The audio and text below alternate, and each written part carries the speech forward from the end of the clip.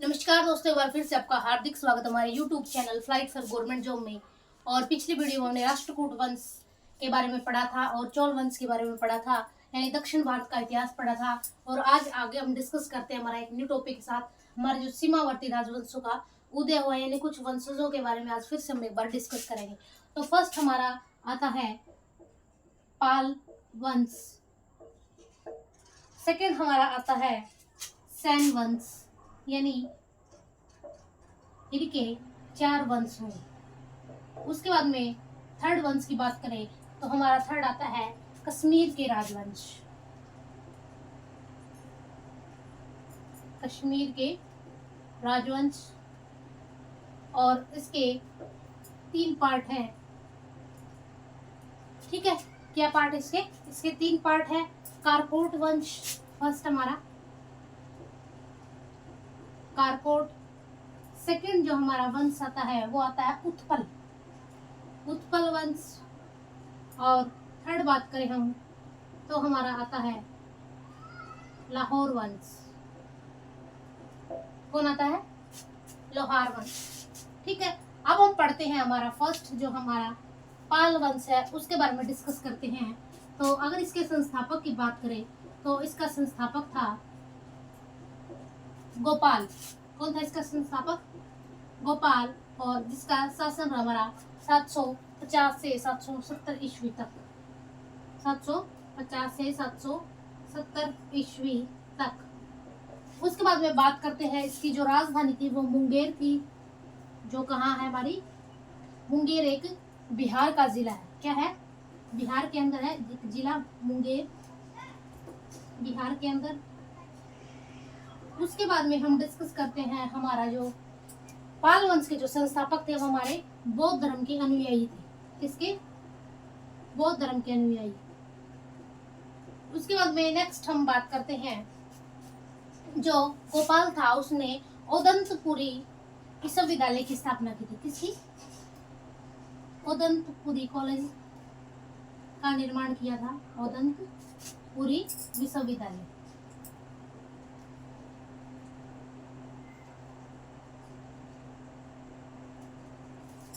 ठीक है, उसके बाद में नेक्स्ट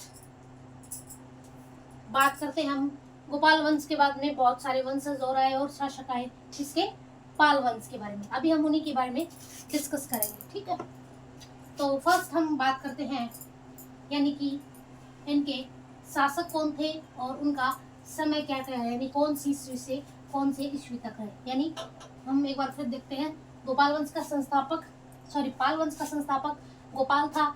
शासन रहा उसका 750 से 770 ईस्वी। राजधानी की बात करें मुंगेर, और बौद्ध धर्म के अनुयायी थे और ओजंतपुरी नामक विश्वविद्यालय की स्थापना की थी। अब पाल वंश का जो नेक्स्ट जो शासक आता है वो हमारा था धर्मपाल। कौन था?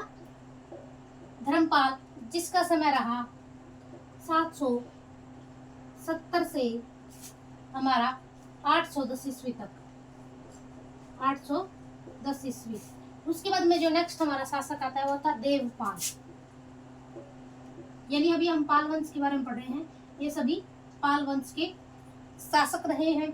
इसका जो रहा 810 से 850 तक। उसके बाद में नेक्स्ट आता है महीपाल प्रथम। कौन आता है? महीपाल प्रथम। इसकी अगर बात करें तो 988 से 1038 इसका शासन रहा। उसके बाद में नेक्स्ट हमारा आता है जो फोर्थ रहा वो नयनपाल। कौन था? नयनपाल। और उसके बाद में बात करें हमारी फिफ्थ तो हमारा था रामपाल। कौन था? रामपाल। यानी ये 5 शासक रहे गोपाल वंश के बाद में, यानी गोपाल के बाद में। ठीक है, और इनका जो शासक रहा, यानी इनका शासन 1038 से रहा हमारा 1055 तक। और उसके बाद में इसका रहा, इसका रामपाल का 1077 से 1120 तक ईस्वी तक इनका शासन रहा। अभी हम डिस्कस करेंगे हम धर्मपाल के बारे में, यानी जो हमारा किसका पुत्र था? गोपाल का पुत्र था। किसका? गोपाल का पुत्र था। उसके बाद में बात करते हैं, इसने क्या किया था, ये शक्तिशाली शासक था। कौन था ये? शक्तिशाली शासक रहा।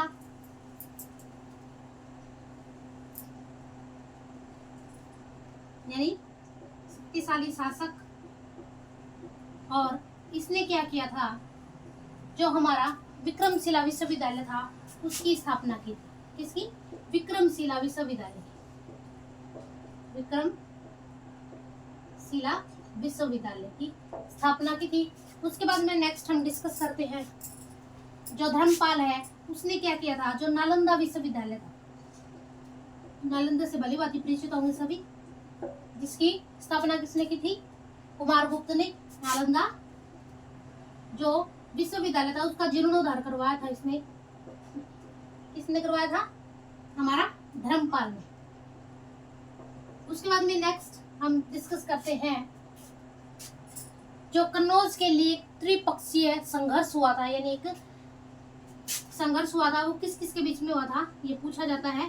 त्रिपक्षीय संघर्ष हुआ किस किस के बीच में, यानी कौन कौन से वंशज आए हमारे। फर्स्ट आया था हमारा पाल वंश, उसके बाद में गुर्जर प्रतिहार वंश, प्रतिहार, और थर्ड हम डिस्कस करते हैं हमारा राष्ट्रकूट वंश, जो हमने कल डिस्कस किया। कौन सा? राष्ट्रकूट वंश।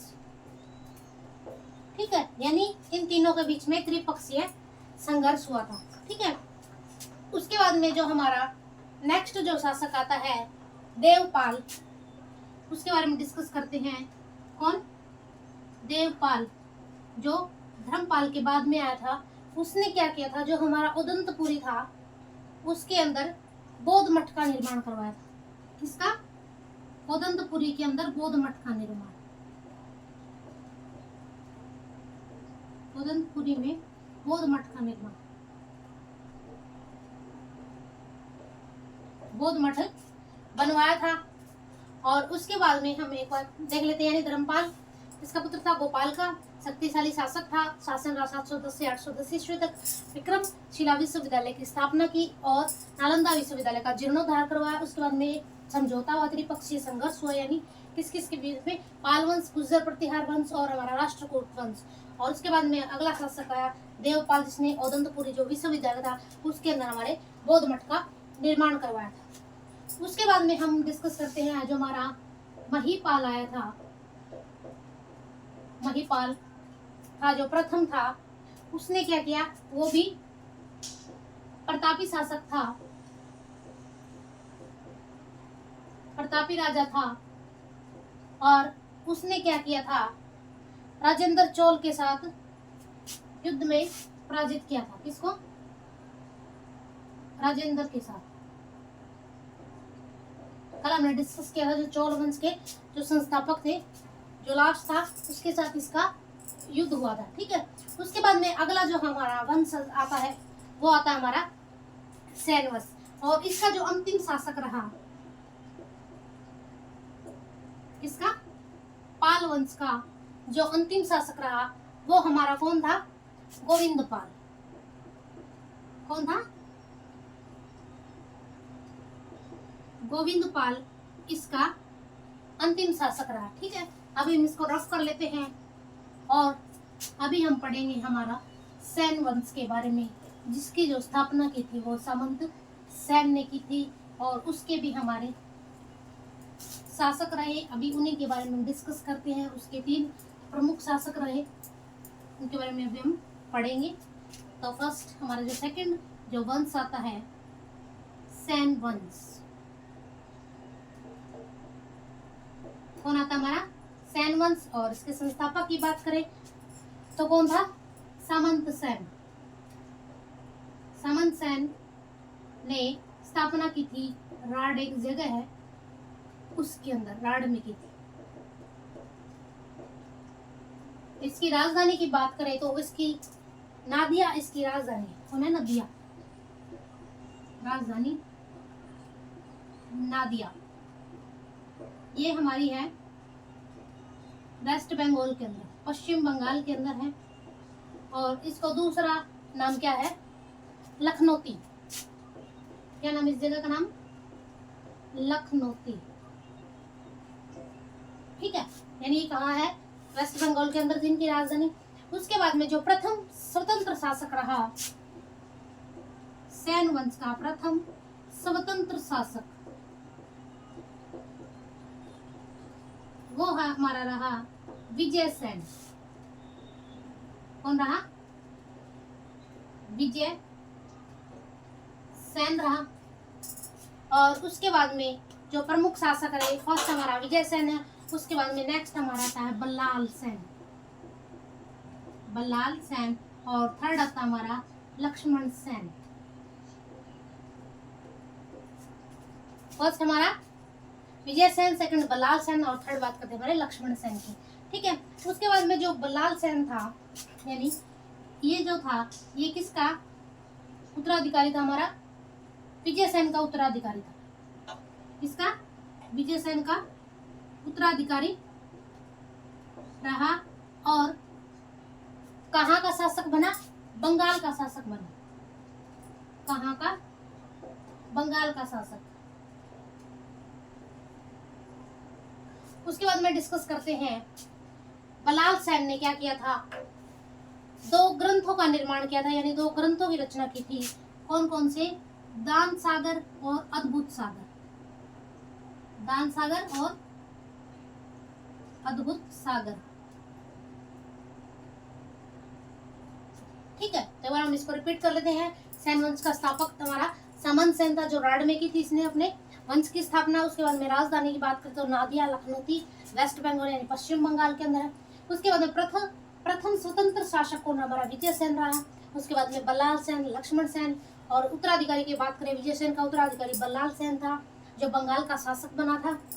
और उसने क्या किया था, दान सागर और अद्भुत सागर की नामक ग्रंथ की रचना की थी। उसके बाद में जो नेक्स्ट हम डिस्कस करेंगे, आगे पढ़ेंगे हमारे सेन वंश के बारे में।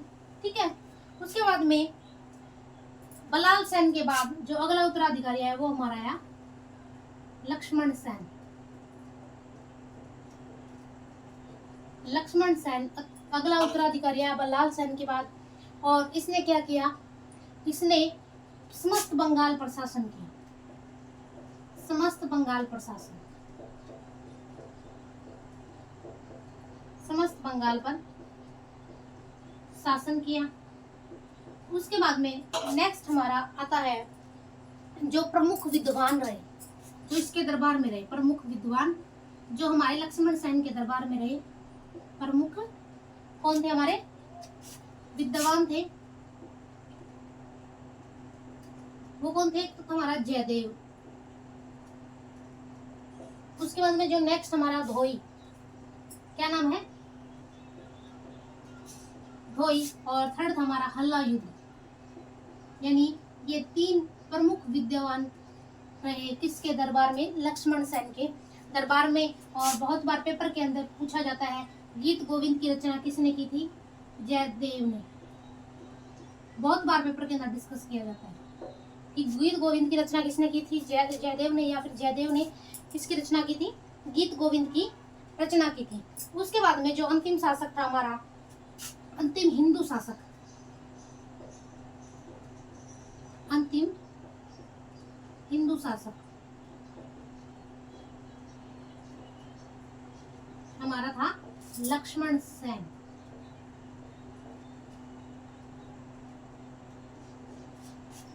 कौन था, लक्ष्मण सेन था। यानी सेन वंश के बाद में कौन कौन से थे, हमारे 3 आए थे, अभी हमने डिस्कस किए थे। फर्स्ट हमारा था विजय सेन, उसके बाद में बल्लाल सेन और थर्ड हमारा लक्ष्मण सेन था। ठीक है, तो लक्ष्मण सेन के अंदर क्या था, यानी इसने समस्त बंगाल पर शासन किया था। उसके जो प्रमुख विद्वान थे वो जयदेव, धोई और हल्लायुद्ध थे। और जयदेव ने गीत गोविंद की रचना की थी। और अंतिम हिंदू शासक हमारा लक्ष्मण सेन ही था। ठीक है, तो ये हमने 2 सेन के बारे में पढ़े हैं, 2 वंशजों के बारे में पढ़े, सॉरी छोटे सेन, पाल वंश और हमारा सेन वंश के बारे में। और इसके 2 पार्ट है, वो थोड़े बड़े हैं, वो कल की वीडियो में हम डिस्कस करेंगे। यानी जो अगला हमारा जो कश्मीर के वंशज थे उसके 3 पार्ट थे। कौन कौन से थे, कारकोट वंशज, और उसके बाद में लाहौर वंशज था, और उत्पल वंश था। और उसके बाद में हमारा जो 4th था वो कामरूप का वर्मन वंश भी है। ठीक है, यानी ये अगले जो 2 पार्ट बचे हम कल की वीडियो में डिस्कस करेंगे। और आई होप हमारी वीडियो आपको बहुत पसंद आती होगी, तो प्लीज़ सब्सक्राइब आवर चैनल।